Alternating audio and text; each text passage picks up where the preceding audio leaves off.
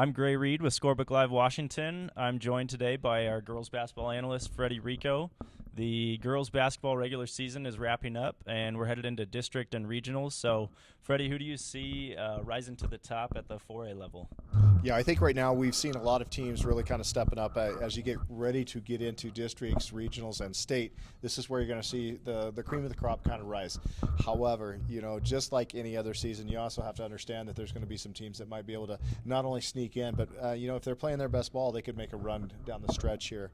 When we're looking at the 4As, the cream of the crop this year has been Woodinville. Woodinville's 22-0, just wrapped up their district, the Kinko district, by winning both of their games. I see them as probably a powerhouse, but they've also got the biggest target on their back. Other teams that we got to watch out for in the 4As is going to be Glacier Peak. I know Glacier Peak, we have them ranked number 2. The WIA has them number 6. And I think we're going to see Coach Brian Hill and that team find a way to roll off some victories, get to state, and then be a contender there. Other teams that we should be looking at when we're looking at the 4As, I think Todd Beamer has kind of flown under the radar. When Todd Mills and I talked about Beamer a while back when they beat Kent Ridge, we didn't know where they would be, and now all of a sudden here they are. They've won 16 straight. I think they're a team to keep a very close eye on. They're someone that could surprise a few teams. And then you have to look at just a few of the other contenders, teams that have done well, but once again, flying under the radar a little bit. Inglemore, they've lost 5 games, and I guarantee you some people are going to overlook them. They're going to say, they're coming in, they're 17-5, this is going into districts. How good can they be? Well, I'm going to tell you, 3 of those 5 losses have been to Woodinville. And so you've got to keep an eye on them. Kent Ridge, the loss of Jordan Jenkins, that's going to hurt them. However, you get other players to step up. They might be able to make a run, but they went from one of our favorites to probably a contender, but not necessarily at the top. And then another one I think is going to fly under the radar is Lake Stevens. Lake Stevens is 15-4, doing a good job. We have them ranked number 10, and I find this interesting. We have them 10, but the RPI doesn't have them in their top 10, and that's not a surprise. We see this a lot with the WIAA. They take a lot of it into their wins, their losses, opponents, and so forth. And I think we just got to be careful, And if you're looking on the east side, Chiawana and Central Valley are probably 2 of your top contenders. But Central Valley, they lost one of their star shooters, and I think that's going to, could cause them some problems down the stretch. And Chiawana, you have Talia von Alhoffen, but she's not the only player on that team.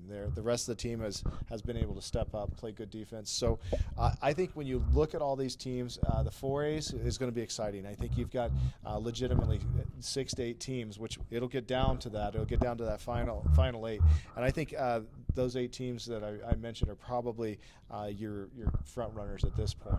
Let's move on to the 3As. Who do you see as the top dogs in 3A? I think the 3A race is going to be really interesting. If you're excited about state playoff and playoff basketball, I think you've got 6 teams that I see kind of at the top, but there's a couple more that I think might be able to make that top 8. And this is just like anything. You can sit here and speculate, look at their season, and think they're going to be there, but there's always somebody out there that's ready to knock these top dogs off. When I look at the 3As, I think your top teams, you got to look at Bethel. Bethel's undefeated so far. They've done a great job. 20-0. They're going to be one of the powerhouses. But alongside them is Eastside Catholic. Eastside Catholic, they have lost 1 game, and I think they're not really under the radar, but I just don't think we see enough of them, especially here on the east side. I guarantee you Todd and them know a little more information on that side. But I also think Arlington. I got to see Arlington during the summer, and I liked what I saw up in Snohomish. They're just a fly around, all over the place, athletic group, and they can shoot the 3. And if you can shoot the 3, now I say if you can shoot the 3, because once you start getting some of the bigger arenas, you're going to hear that, well, it's hard to shoot, depth perception. I'm telling you, muscle memory is muscle memory. If you can shoot in the big arena, I think Arlington's a team that could be very dangerous as well. And then you can't forget Garfield. Garfield, I know they lost a couple games in there for a while. Daniels was hobbled a little bit, but I think we're going to see them kind of rise up as playoffs go through. So Bethel, Eastside Catholic, Arlington, and Garfield, I think are a couple of the top 4. But I'm also not going to count out Mount Spokane. from here in Spokane. I think they just have a well-balanced team. Emma Main has done a great job at the point guard position, and you've got Jada Noble. Jada Noble is going to go out and she's going to get rebounds. She's going to step up her level of play because she has to. And I think we have them Mount Spokane number 3. Once again, RPI has Mount Spokane number 5, and you have to understand with the RPI, Mount Spokane, their schedule down the stretch. A couple teams here in Spokane whose records weren't real good, so that hurts their RPI overall. But I think if you look at those teams, and then don't count out Kennewick. Kennewick had a big victory over Chiawana this season, and I think you just if they can step up their play, I think they could be a contender as well. And so those are probably the top 3A teams that I see right now. Okay, well, let's move on to the 2A. Who do you see at the top of the 2A? 2A is another interesting balance. 2A is another interesting group of teams, and the reason I say that is you have at least, in my opinion, probably 5 or 6 teams that could win this. When you look at the top right now, we have Ellensburg, who's undefeated, Linden, who strong year in and year out. And I think you have to really take into consideration those are probably your top 2 if we're looking at rankings and where they're at right now. But Washougal, and I always mispronounce it, so I'm going to say Washougal. They're another team that they started off having a little bit of a trouble, but it seems like they finally got the ship righted there. And this is why I say this is an interesting classification. Tumwater is tough, night in and night out. I have the opportunity to see West Valley of Spokane. I've been able to see East Valley of Spokane. I've been able to see Clarkston. And I'm telling you, all 3 of those teams, if they're playing their best basketball, could be right there in that mix as well. And then you've got WF West. And I think this is just the 2As.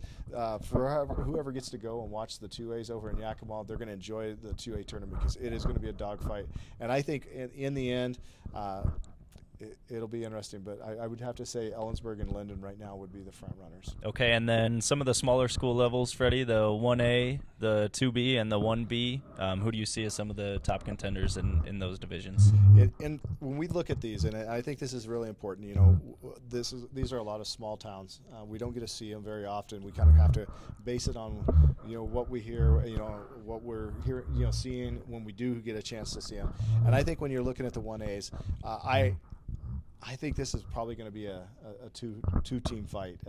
If you're asking me, I see in the championship, assuming they take care of business, you're probably going to see Kashmir and Linden Christian. These are 2 of the most dominant programs. Kashmir with Haley Van Lith is going to be up there. And then Linden Christian, year in, year out, they have a solid program. And I think that's going to be the dogfight. And this is going to be the classification where we find out, can Haley Van Lith and Kashmir get that elusive state championship that they've been searching for the last couple of years. Yep. So I think it'll come down to them. You have some other good teams in that classification. Warden's doing real well. Freeman, Kings played Kashmir. Kashmir handled them, but Kings is a good, solid team. And then also, if you're wanting to go out and watch somebody who can score, go out and watch Annie Wright. Juliana Walker, she could put the ball in the hole. So exciting basketball in the 1As, but I think it will most likely, and if I'm wrong, I'm wrong. This is basketball, any given night. But I think Kashmir and Linden Christian could be the ones that are duking it out for the state championship. All right. For the 2Bs, I think in this area we have the privilege, and I've had the opportunity to watch this, this team a little bit. Liberty out of Spangle with Macy Burnham and Eastern Washington University signee. I think they're just, they're a good, strong team. They're going to probably be my front runner for it. I think part of it is some of this East Side bias. We always hear the West Side bias, but I'm gonna say I see Liberty taking care of business. But you can't count out LaConner and Toledo and a few of those other schools. And honestly, when it comes down to my thoughts on this, it goes with what I have seen, and I've seen Liberty play, and I think if somebody can contain Macy Burnham, they'll have a chance. Other than that, I think they've got to be the front runner in the 2Bs. And then the last classification is our 1Bs. And once again, a lot of schools covering the state of Washington, but right now the top dog is Pomeroy. They're just taking care of business. And that doesn't mean a team like Enchilium or Colton or Oaksdale can't step up there. But when I look at it, I'd have to say Pomeroy. But I know Colton, when you win as many championships as they have, don't count them out, because when playoffs come, they know how to take care of business. Absolutely. All right, for Scorebook Live Washington, I'm Reid, and he's Freddie Rehkow.